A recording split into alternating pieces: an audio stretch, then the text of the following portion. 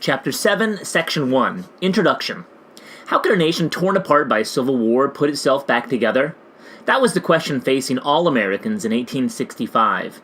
In his second inaugural address, Abraham Lincoln spoke of healing the wounds on both sides of the conflict.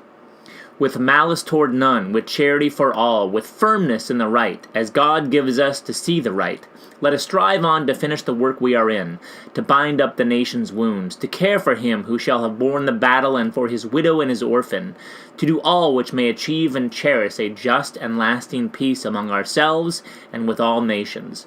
Abraham Lincoln, Second Inaugural Address, March 1865. But Lincoln would not have a chance to put his plan into action.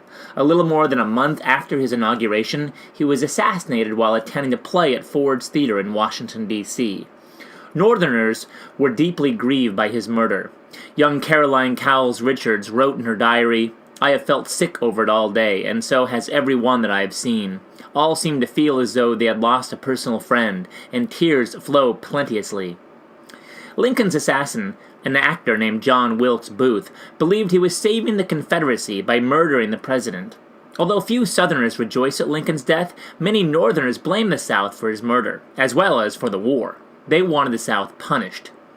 With Lincoln gone, the task of bringing these two sides together fell to his vice president, Andrew Johnson. A large part of healing the nation's wounds would be to rebuild the devastated South.